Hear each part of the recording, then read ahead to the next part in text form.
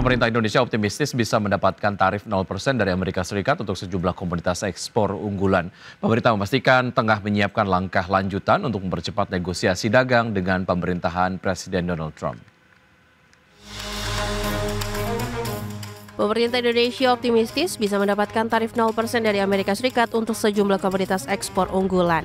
Menurut Menko Bidang Perekonomian Erlangga Hartarto, Indonesia tengah menyiapkan langkah lanjutan untuk mempercepat negosiasi dagang dengan pemerintahan Presiden Donald Trump.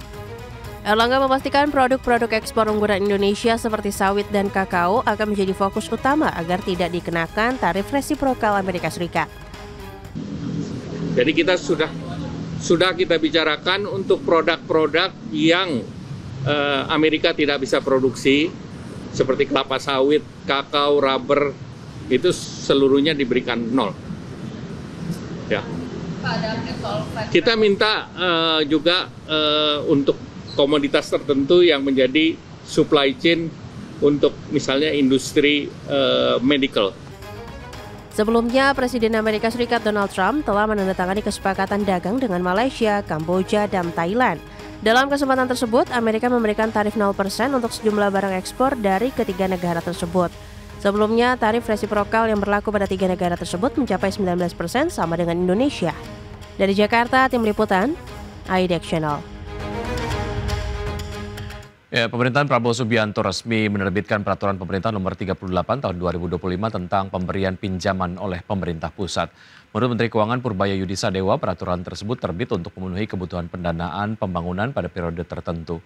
Kekurangan dana tersebut biasanya terjadi pada awal tahun atau akhir tahun anggaran, sehingga pemerintah perlu menyediakan skema pinjaman untuk menutup kebutuhan jangka pendek.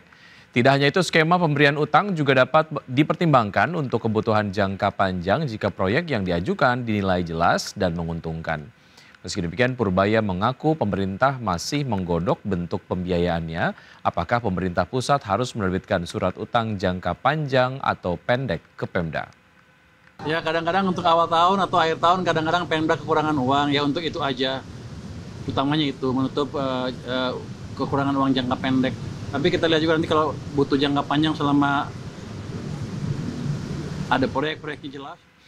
Ya, pemirsa, kabar gembira bagi calon jemaah haji 2026, biaya perjalanan ibadah haji yang harus dibayar jemaah turun 2 juta rupiah menjadi 54,1 juta rupiah. Pemerintah dan DPR memastikan meski ada penurunan biaya, kualitas pelayanan bagi jemaah tetap menjadi prioritas utama.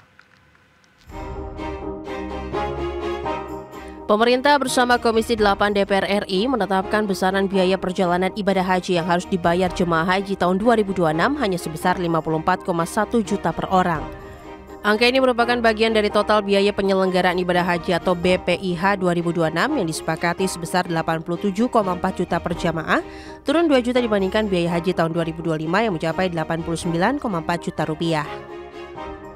Ketua Komisi 8 DPR RI, Rawan Dasopang, mengatakan meski ada penurunan biaya, kualitas pelayanan bagi jemaah tetap menjadi prioritas utama.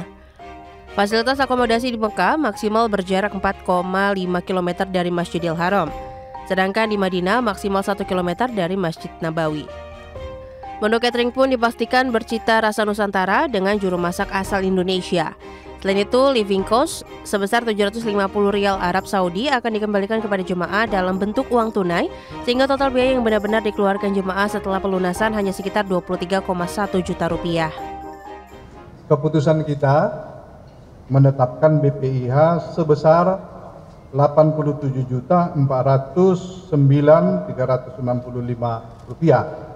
Dari 87 juta ini nilai manfaat menjadi 33.215.558 sebesar 38%. Sementara BP itu dibayarkan jamaah sebesar 54.193.806 rupiah.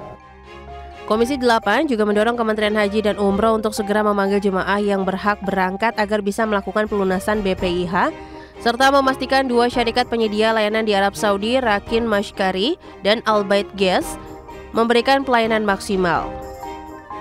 Dari Jakarta, Abdul Aziz Zulkarnain, Aulia Syah Ramadan, IDX Channel. Kepala Badan Gizi Nasional Dadan Hindayana menyampaikan peraturan Presiden atau Perpres terkait dengan program makan bergizi gratis sudah selesai dan saat ini sudah dikoordinasikan Kementerian Koordinator Bidang Pangan. Menurut Dadan, pembahasan lanjutan terkait dengan Perpres makan bergizi gratis nantinya akan disampaikan langsung oleh Menko Bidang Pangan Zulkifli Hasan. Dadan menjelaskan Badan Gizi Nasional berfokus pada penyelenggaraan program makan bergizi gratis, sedangkan aspek koordinasi, rantai pasok, dan pengawasan berada di bawah Menko Pangan. Pemerintah terus berupaya mempercepat penyusunan Perpres makan bergizi gratis untuk menjamin program prioritas nasional ini dapat berjalan baik dan tepat sasaran. Ya, itu sudah ada di Pak Menko Pangan, jadi nanti lebih lanjut Pak Menko Pangan yang menjelaskan terkait itu. Segera. Karena Kepres untuk tim koordinasinya sudah keluar hari ini, jadi itu sudah wilayahnya Pak Menko Pangan. Saya sebagai Kepala Badan Gizi bertugas untuk menyelenggarakan program makan bergizi gratis, sementara untuk koordinasi terkait dengan rantai pasok, kemudian pengawasan, monitoring, keterlibatan instansi lain, kementerian lain, lembaga lain. Holy Land resmi meluncurkan V-Core, sistem transmisi nirkabel terbaru untuk profesional video dan sinematografi. Perangkat ini hadir dengan teknologi canggih yang memberikan koneksi lebih stabil, jangkauan lebih luas, serta desain ringkas untuk produksi modern. Holy Land secara resmi memperkenalkan produk terbarunya bernama V-Core yang ditujukan untuk para profesional di bidang video dan sinematografi. Perangkat ini dirancang untuk meningkatkan efisiensi dalam pengambilan gambar dengan koneksi nirkabel yang lebih andal. V-Core memanfaatkan teknologi transmisi nirkabel terbaru dengan latensi rendah hanya beberapa milidetik. Memastikan gambar yang ditampilkan tetap real time tanpa gangguan. Perangkat ini juga mendukung transmisi sinyal video resolusi tinggi dengan stabilitas yang optimal di berbagai kondisi lingkungan. Holy Land V-Core mampu menyalurkan sinyal video dengan jangkauan hingga ratusan meter tanpa penurunan kualitas. Fitur ini menjadikan V-Core sebagai solusi ideal untuk produksi film, siaran televisi, dan event langsung berskala besar. Dengan desain yang kompak dan ringan, V-Core mulai dipasang pada berbagai jenis kamera profesional. Holy Land juga membekali perangkat ini dengan sistem koneksi multi-device sehingga beberapa monitor dapat menerima sinyal secara bersamaan. Holy Land menegaskan bahwa kehadiran V-Core akan menjadi bagian dari strategi perusahaan yang memperkuat ekosistem perangkat video nirkabel di pasar global. Dengan kombinasi canggih, andalan, dan desain modern, Holy Land V-Core siap mendukung produksi konten berkualitas tinggi di era digital saat ini. V-Core dijual dengan harga sekitar Rp3 juta. Berbagai sumber IDX Channel.